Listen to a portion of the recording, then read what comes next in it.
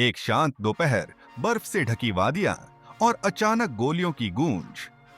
22 अप्रैल 2025 को कश्मीर की खूबसूरत बाईसरन घाटी में जो हुआ, उसने पूरे देश को झकझोर कर रख दिया।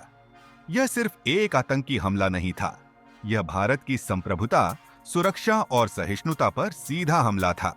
आइए इस वीडियो में जानते हैं उस काले दिन की पूरी कहानी, भारत सरकार की त्वरित प्रतिक्रिया और अंतर्राष्ट्रीय समुदाय की प्रतिक्रियाएं, हमले की समय रेखा।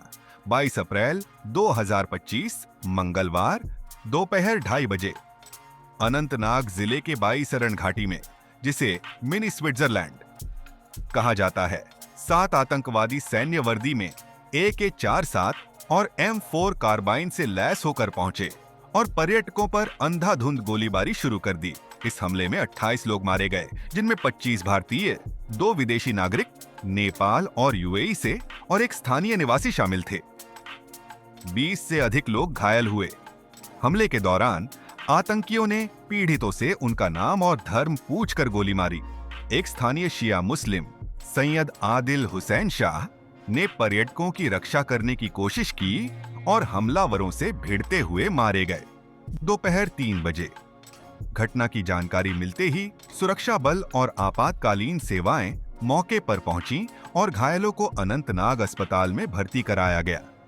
शाम 6 बजे रेजिस्टेंस फ्रंट TRF, जो पाकिस्तान स्थित लश्कर-ए-तैयबा का एक फ्रंट संगठन है, ने इस हमले की जिम्मेदारी ली। 23 अप्रैल 2025 बुधवार सुबह 5 बजे प्रधानमंत्री नरेंद्र मोदी ने सऊदी अरब की अपनी यात्रा बीच में छोड़कर भारत लौटने का निर्णय लिया। सुबह 8 बजे दिल्ली पहुंचते ही प्रधानमंत्री मोदी ने विदेश मंत्री S जयशंकर, राष्ट्रीय सुरक्षा सलाहकार अजीत डोभाल और विदेश सचिव विक्रम मिस्त्री के साथ हवाई अड्डे पर बैठक की। सुबह 10 बजे गृह मंत्री अमित शाह ने बाईसरन घाटी का दौरा किया और घायलों से अस्पताल में मुलाकात की। दोपहर 1 बजे प्रधानमंत्री मोदी की अध्यक्षता में cabinet committee on security CCS की आपात बैठक हुई, जिसमें गृह मंत्री, रक्षा मंत्री, विदेश मंत्री और वित्त मंत्री ने भाग लिया। दोपहर 2 बजे रक्षा मंत्री राजनाथ सिंह ने बयान दिया, हम न केवल हमलावरों को बल्कि इस कायराना हमले की साजिश रचने वालों को भी न्याय के कटघरे में लाएंगे। दोपहर 3 बजे भारत सरकार ने पाकिस्तान के साथ राजनयिक संबंधों को घटाया। इस्लामाबाद में भारतीय उच्चायोग के कर्मचारियों की संख्या कम की और पाकिस्तान के रक्षा सलाहकारों को निष्कासित किया। शाम 4 बजे भारत ने 1960 की सिंधु जल संधि को निलंबित किया और अटारी वाघा सीमा को अनिश्चित काल के लिए बंद कर दिया। शाम 5 बजे पंजाब सरकार ने राज्य में हाई अलर्ट घोषित किया, अंतर्राज्यीय सीमाओं पर जांच बढ़ाई और संवेदनशील स्थानों पर सुरक्षा खड़ी की।